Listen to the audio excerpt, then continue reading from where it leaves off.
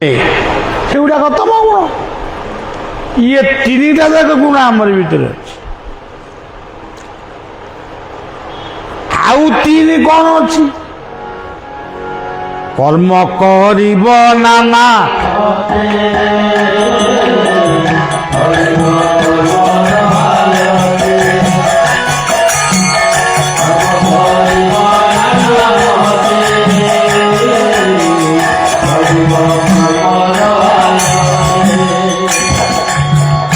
কর্ম জ্ঞান ভক্তি ইয়ে তিনোটি কথা যে মଣିষ পাখে অছি সেই হচ্ছে প্রকৃত ভদ্র লোক। কর্ম করুথিব, জ্ঞান জানিথিব, ভক্তি করুথিব বা সেবা করুথিব। তেণু ସେଥିପାଇଁ କହିଲେ ଗୀତାରେ ଊର୍ଦ୍ଧ୍ୱଂ ଗଚ୍ଛନ୍ତି ସତ୍ତ୍ୱସ୍ତା ମଧ୍ୟେ ତିଷ୍ଠନ୍ତି ଜଘନ୍ୟ।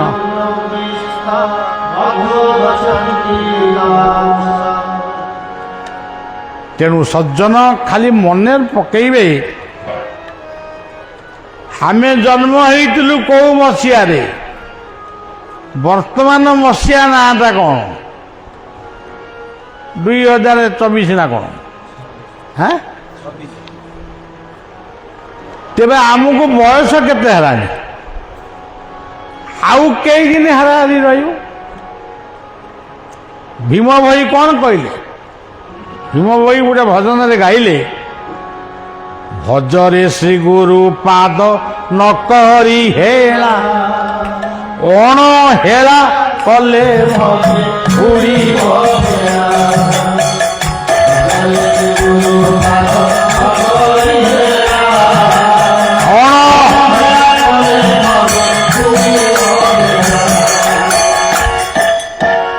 ଭଜରେ ଶ୍ରୀ ଗୁରୁ ପାଦ ନ କରି ହେଲା, ଅଣହେଳା କଲେ ଭବେ ବୁଡ଼ିବ ଭେଳା। ଭୀମ ଭୋଇ କଥା କହିଲେ। ସେ ପାଖରେ ପନ୍ତ ସଖା ଯୁଗର ଯଶୋବନ୍ତ କହିଲେ, ଚତୁର୍ଥ ସମୟ ଆସି ହେଲା ତୋହରି, ଅବସରେ ଅମର କହନ୍ତି ଯଶୋବନ୍ତ ଗୁରୁଙ୍କୁ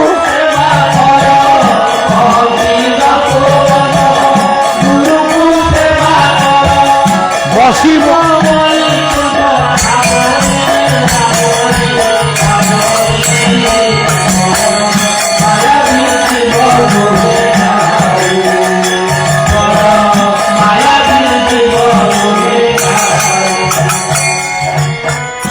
ଜଗନ୍ନାଥ ଦାସ ଭାଗବତରେ କ'ଣ କହିଲେ? ଗୁରୁଙ୍କୁ ନ ମଣିବ ନର,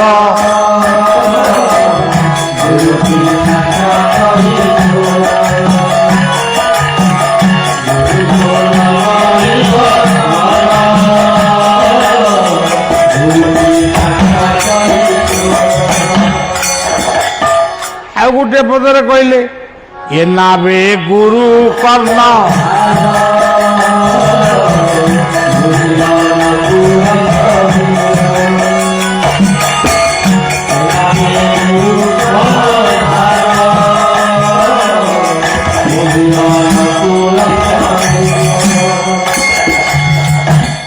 ଆହୁରି ବହୁତ କଥା କହିଛନ୍ତି। ଆଉ ମୋତେ ପୂଜିବ ଗୁରୁ ଦେବ,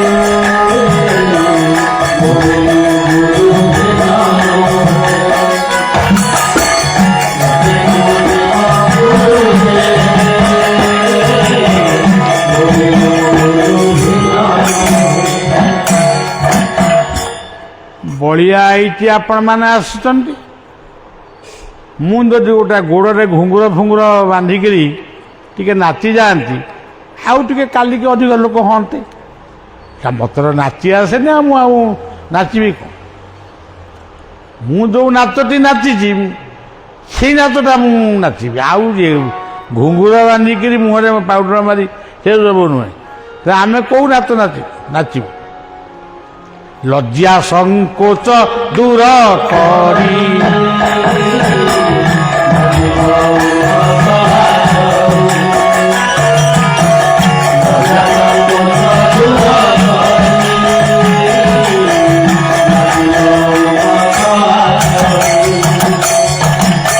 ଆମେ ସେଇ ନାମଟିକୁ କରିବୁ। ତେଣୁ ସଜ୍ଜନ, ଇଏ ସବୁ କଥାର ତତ୍ତ୍ୱ ହେଉଛି ଯେ ମୁଁ କିଏ, ମୋ ଧାମ ମୋ ଘର କୋଉଠି ଆପଣମାନେ କହିବେ, ମୁଁ ପୁଣି କୋଉ ଦିନ ଘରକୁ ଫେରିବି। ଏ ହେଲା ତିନୋଟି ତତ୍ତ୍ୱ। ମୁଁ କିଏ? ମୁଁ ଆତ୍ମା। ପଞ୍ଚମହାଭୂତରୁ ଅଂଶ ଭିତରେ ମୁଁ ଅଛି। ମୁଁ ଆତ୍ମା। ମୋ ଘର କୋଉଠି? ନ ତଦ୍ଭାସୂୟତେ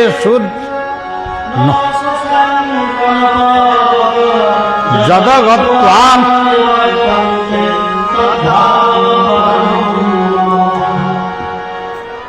ମୋ ଘର ହଉଛି ପୁରୁଷୋତ୍ତମ ଧାମ, ଯେଉଁଠାକୁ ସୂର୍ଯ୍ୟ ଚନ୍ଦ୍ରାଦି ଦେବତା ଗଲେ ସେ ଆଉ ଫେରିବେ ନାହିଁ, ସେ ଅନ୍ଧାର ଭିତରେ ରହିଯିବେ। ମୁଁ ଯେତେବେଳେ ଚାହିଁବି ପୁଣି ସୃଷ୍ଟିକି ଉତ୍ପନ୍ନ କରିବି। ମମୈବାଂଶ ଜୀବଲୋକ ଜୀବଭୂତ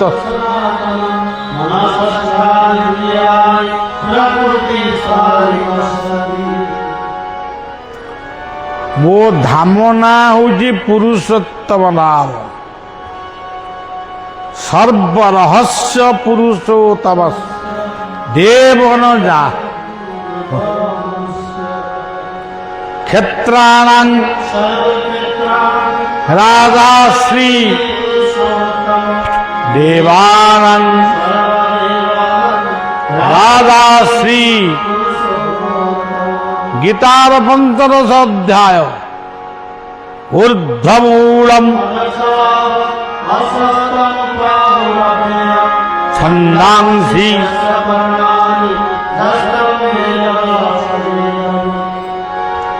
এই হଉଛି କଥା। ମୁଁ କିଏ? ମୋ ଘର କୋଉଠି? ମୁଁ ପୁଣି କୋଉଦିନ ସେଇଠିକି ଯିବି? ଇଏ ତିନୋଟି କଥା ଆମ ପାଇଁ ଅମୀମାଂସିତ ହେଇ ରହିଛି।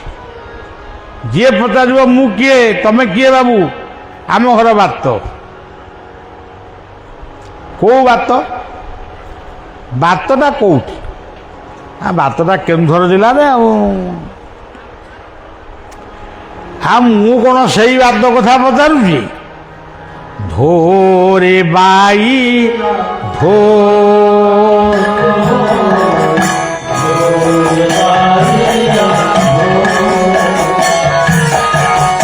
ধোরে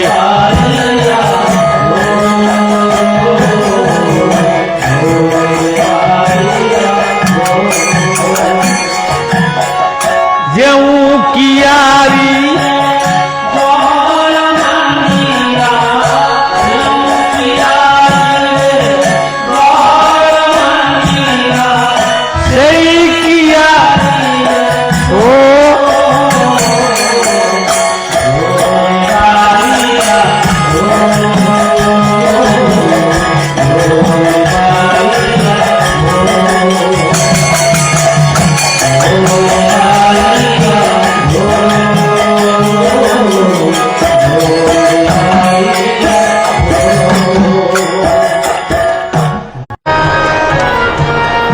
କହିଲେ ଈଶ୍ୱର ଯେ ହୃଦୟରେ ଅଛନ୍ତି।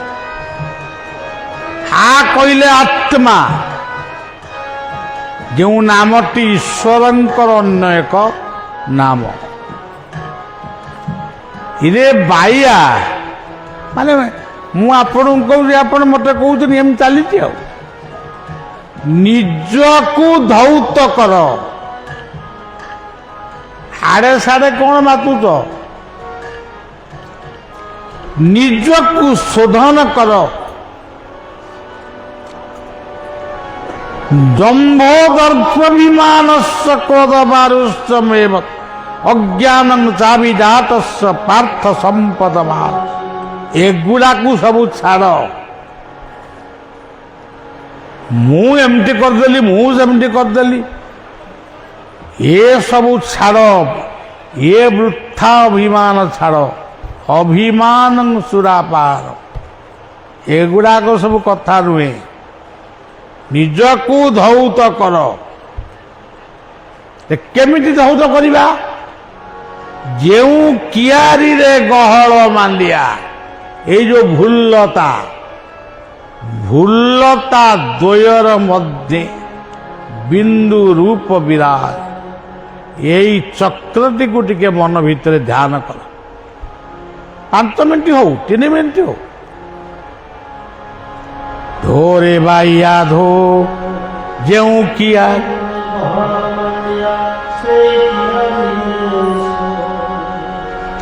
ବାଇ ଚଢ଼େ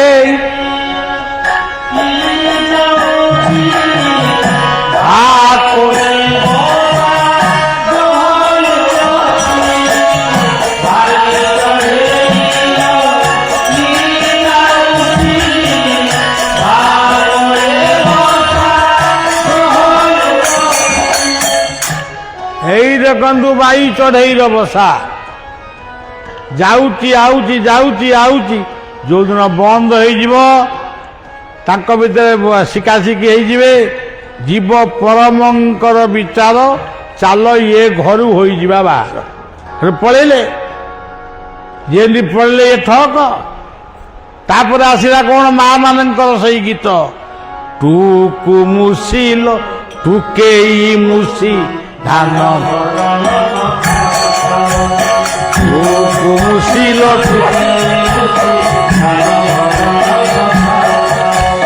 ତୁ ଥାମୁ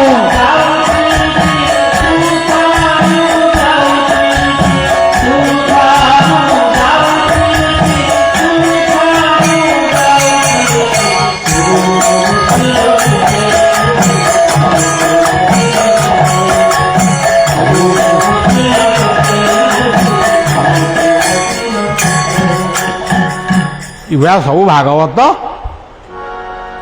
ଏକ ଇ ବୃକ୍ଷେ ପକ୍ଷୀ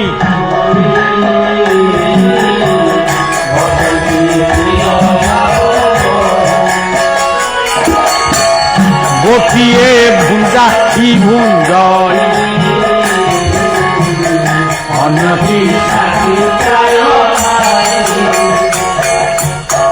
ସେଇ କଥାରେ ଓଡ଼ିଆ ଲୋକ କଥା, ଟୁକୁ ମୁସିଲ ଟୁକେଇ ଧାନ ଭରଣ ତୁ ଥାମୁ ଯାଉ।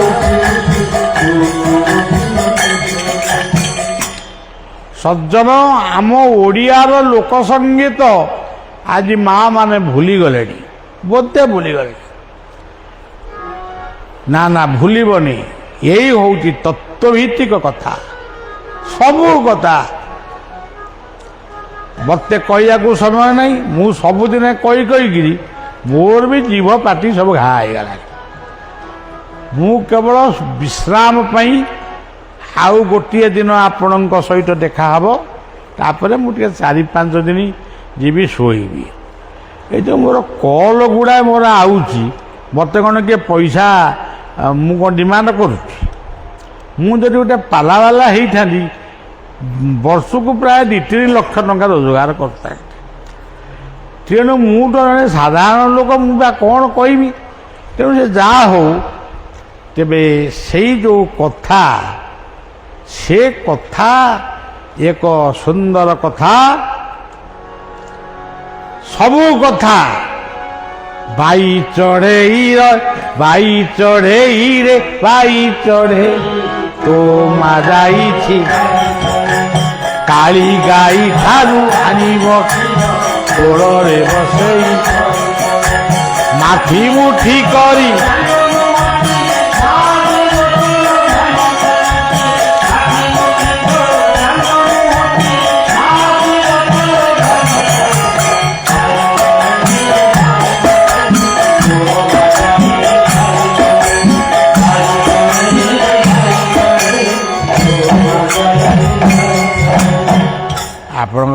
ଆମ ମା ମାନେ ବୋଲୁଛନ୍ତି ଏଗୁଡ଼ାକ ବଳିଆ ବୋଲୁଛି। ଇଏ କଥାଟା ସେ କୋଉଠୁ ଆଣିଲେ? ପୁନରପି ଜନମ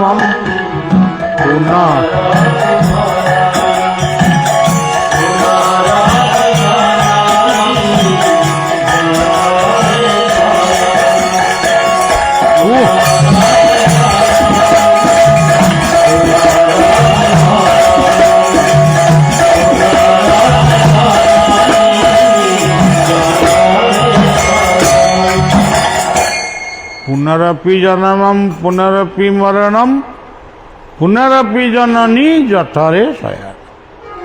ଏଇ ହଉଛି ବାଇ ଚଢ଼େଇ ରେ ବାଇ ଚଢ଼େଇ ତୋ ମା ଯାଇଛି ଗାଈ ଚଢ଼େଇ। ଆଉ କହିବାକୁ ଗଲେ ଘଣ୍ଟାଏ ଖଣ୍ଡେ ସମୟ ଲାଗିବ। ଦେଖିବା କାଲି ଯଦି କଥା ହୁଏ ଟିକେ ଦେଖିବା। ଓଡ଼ିଆ ଲୋକ କଥାକୁ ଆଜି ଓଡ଼ିଆ ଭୁଲି ଯାଉଛି।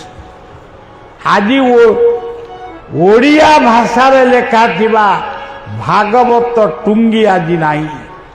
ଯଦି ଅଛି କାଁ ଭାଷା। ଆଜି ଓଡ଼ିଶାର ପଞ୍ଚସଖା ମାନଙ୍କୁ ଓଡ଼ିଆ ଭୁଲିଯାଏ ମନେ ପକାଉନି। ଖାଲି ଅଚ୍ୟୁତଙ୍କୁ ମନେ ପକାଉନି। ସେ ମାଳିକା ପାଇଁ ସେ ଯଦି ନଥାନ୍ତା ତାକୁ କେହି ଭୁଲି। ତେଣୁ ଓଡ଼ିଶାର ଜଗନ୍ନାଥ ଆଜି ପୃଥିବୀରେ ବିଶ୍ୱବନ୍ଦ ହେଇ ଉଠୁଛନ୍ତି। ସେତିକି ଆନନ୍ଦ ମିଳୁଛି। ତାକୁ ବି କେତେ ଦିନ କିଏ ରଖିବେ କି କୁଆଡ଼େ ଉଡ଼େଇବେ। ତେବେ ଆମେ କେବଳ ପ୍ରାର୍ଥନା କରୁଛୁ ଯେତେବେଳେ ଜନ୍ମ ହେବୁ ଏଇ ଓଡ଼ିଶା ମୁଁ ଆଚ୍ଛା ଆପଣମାନେ ଜାଣନ୍ତି କି ନାହିଁ ସାରା ଭାରତବର୍ଷ ବୁଲି 60 ବର୍ଷ ହେଇଗଲା। ଯେତେ ବିପ୍ଳବ ମୁଁ ସାରା ଭାରତ ବର୍ଷରେ ବୁଲିକିରି କରିଛି ସେଇ କଥାକୁ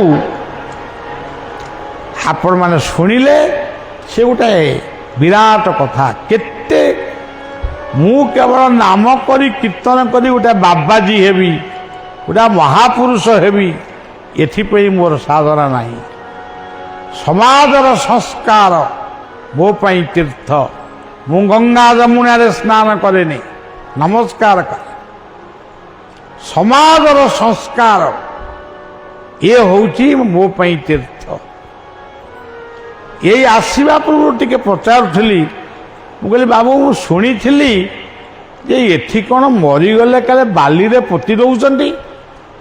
ନା ହଁ ପୋତି ଦେଉଛନ୍ତି। ପୋତିବ ନାହିଁ, ପୋଡ଼ିବ। ଏଇ ପୋଡ଼ା ପାଉଁଶ ଭିତରେ ଅଛି 12ଟା ଲୁଣ ସଲ୍ଟ, ଯେଉଁଥିପାଇଁ ହୋମିଓପାଥିକ ପରେ ଜନ୍ମ ନେଲା ବାୟୁକ୍ରମିକ। ସେଇ ପାଉଁଶଟା ପାଣିରେ ପଇଲେ ତା ଭିତରେ 12ଟି ଲୁଣ ମିଶିବ। ଆଜି ଆପଣମାନେ ଦେଖନ୍ତୁ, ମୁଁ କାହାକୁ ଆକ୍ଷେପ କରି କହୁନି, କବର କରାହେଇଛି। କବର ହଉ, ସେ କବର ପାଖରେ ଗୋଟେ ଗୋଟେ ଗଛ ଲଗେଇଦେଲେ କେମିତି ହୁଅନ୍ତା? ଗୋଟେ ବିରାଟ ବିରାଟ ତୋଟା ଜଙ୍ଗଲ ହେଇଯାଆନ୍ତା। ସେ କଥା କହିବ କିଏ? କହିଲେ ମୁଁ କହିବି। ଯଦି କହି ସାରିଲା ପରେ କିଏ ରାଗିବ, ଇଏ ଗୋଟେ କାହିଁ ଆସିକି ଏତେ କଥା କହିଲାଣି, ମୋତେ ମାରି ଦେଇପାରେ, ହାଣି ଦେଇପାରେ, କିନ୍ତୁ ମୁଁ କହିବି କବର ସ୍ଥାନରେ ଗଛ ଲଗାନ୍ତୁ। ସେମିତି ମୁର୍ଦାରକୁ ଗଙ୍ଗା କ'ଣ ଗଙ୍ଗାରେ କି ବୈତରଣୀରେ କୋଉଠି ପୋତିବନି, ତାଙ୍କୁ ପୋଡ଼ିବ। କେନ୍ଦୁଝର ହେଉଛି କାଠର ସହର। ଆମେ ଯେଉଁଆଡ଼େ ଜନ୍ମ ହେଇଥିଲୁ ସାଡ଼େ ଜଙ୍ଗଲ ନାହିଁ। ଆଡ଼େ ତ କେତେ ଜଙ୍ଗଲ ଅଛି, କେତେ ପାହାଡ଼ ଅଛି, କିନ୍ତୁ ବାଡ଼ି ବଗିଚାର କାଠରେ ଆମେ ପୋଡ଼ା ହେଉଛୁ। ଛଖଣ୍ଡି କାଠ ହେବ ତୋ ପାଇଁ ଲୋଡ଼ା, ଛୁଇଁବେ ନାହିଁ ବୋଲି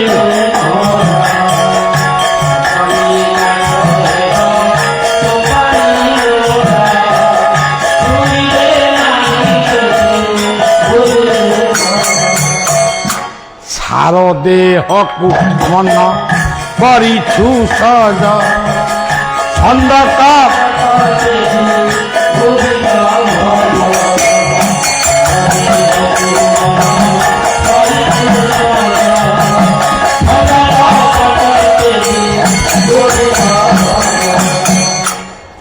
ତେଣୁ ସଜ୍ଜନ ଆଜିର କଥା ଏମିତି ଲମ୍ବିଗଲେ ଭଲ ହେବନି। ଆମର ସତ୍ୟନାରାୟଣଙ୍କର ଜଣେ ପ୍ରସିଦ୍ଧ ଗାୟକ ଓଡ଼ିଶାରେ, ଯାହାଙ୍କୁ ବହୁତ ଲୋକ ଭଲ ପାଆନ୍ତି, ମୁଁ ବି ବହୁତ ଭଲ ପାଏ। ତେବେ ବୈରାଗୀ ବାବୁ ଆସିଛନ୍ତି, ବୟସ ହେଇଗଲାଣି, ତଥାପି ତାଙ୍କର ବଳିଆକୁ ଟିକେ ପାଲା ଶୁଣେଇବେ ବୋଲି ଏତେ ବାଟ ଆଇଛୁ। ପାଲା ଟିକେ ହେବ। ଇଏ ତ ପାଲାର ଅଞ୍ଚଳ, ଏବେ ବି କେନ୍ଦୁଝରର ପାଲା ପାଇଁ ଅନେକ ଗାୟକ ଆଜି ଗାୟିକାମାନେ ବଞ୍ଚିଛନ୍ତି। ତେଣୁ ଆଜି ପିଲାମାନେ ପାଲା ଉପରେ ଗୁରୁତ୍ୱ ଦେଉନାହାନ୍ତି। ପାଲା କହିଲେ ଗୋଟେ ଓଜନ କଥାକୁ କୁହାଯାଏ। ତେଣୁ ପାଲା ହେଉଛି ଏକ ସଂସ୍କାର, ସାହିତ୍ୟ, ଧର୍ମ, ଇଏ ସବୁ କଥାର ସମାହାର ହେଉଛି ପାଲା। ସତ୍ୟନାରାୟଣଙ୍କର ପାଲା ଯେଉଁଠି ହୁଏ, ସେଠି କୌଣସି ଘରର କୌଣସି ବାସ୍ତୁଦୋଷ ଥିଲେ ବି ବାସ୍ତୁଦୋଷ ରହେ ନା। ଆଉ ପାଲାକାର ମାନେ ପାଲା କରିବେ, ଲୋକ କେହି ନଥିବେ, ଆଚ୍ଛା ପାଲା କ'ଣ କରିବେ? ତେଣୁ ସଜ୍ଜନ, ଆପଣମାନଙ୍କୁ ଶୁଭେଚ୍ଛା ଜଣାଇ ମୋର କଥାକୁ ଏଇଠି ବିଶ୍ରାମ ଦେଉଛି ଏବଂ ଆପଣମାନେ ପୁଣି ଆସନ୍ତାକାଲିର କାର୍ଯ୍ୟକ୍ରମକୁ ଅପେକ୍ଷା କରନ୍ତୁ। ସମସ୍ତେ ଟିକେ ନାମ କରିଦିଅ। କର, ମୁଁ କହିପାରିବି।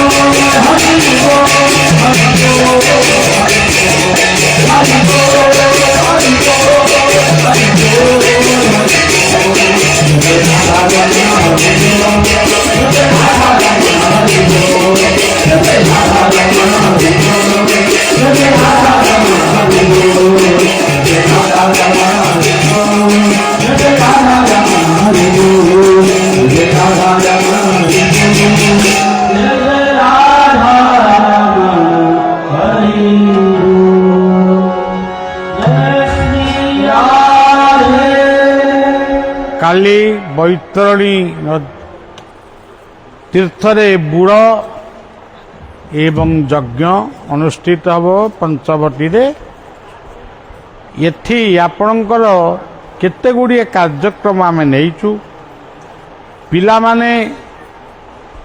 ପିଲାମାନଙ୍କୁ ପିଲା କ'ଣ ବୟସ୍କ କ'ଣ ଗୋଟେ ଯୋଗ ଶିକ୍ଷା ପାଇଁ କିଛି ସମୟ 2 ଘଣ୍ଟା ନିଆହେଇଛି ଏବଂ ଯୁବକମାନଙ୍କୁ ନିଶାର ଅପକାରିତା କ'ଣ, ନିଶା ମାଦକତାର ଅପକାରିତା କ'ଣ, ସେଥିପାଇଁ ଗୋଟେ ଆଲୋଚନା ଚକ୍ର କେବଳ ଯୁବକମାନଙ୍କ ପାଇଁ ହେବ। ତା ସହିତ କ୍ୟାନ୍ସର ଡିଟେକ୍ଟ କରିବା ପାଇଁ କିଛି ଷ୍ଟାଫ୍ ଆସିବେ, ଡାକ୍ତରମାନେ ଆସିବେ, ଏଇଭଳି ସବୁ କାର୍ଯ୍ୟକ୍ରମ ରହିଛି। ଆଉ କ'ଣ ରହିଛି ମୋତେ ଖାଲି କହିଲେ ମୁଁ କ'ଣ କହିପାରିବି, ମୋତେ କ'ଣ ଆସୁଛି? ଆଉ ତେଣୁ ଆଉ ସବୁ କ'ଣ ଅଛି ଆପଣମାନେ ବୁଝିକିରି ସେଇ ଅନୁଯାୟୀ ଆସନ୍ତାକାଲି କାର୍ଯ୍ୟରେ ଯୋଗଦାନ କରିବେ। ଶ୍ରୀ ଗୁରୁ ବ୍ରହ୍ମାନନ୍ଦେ।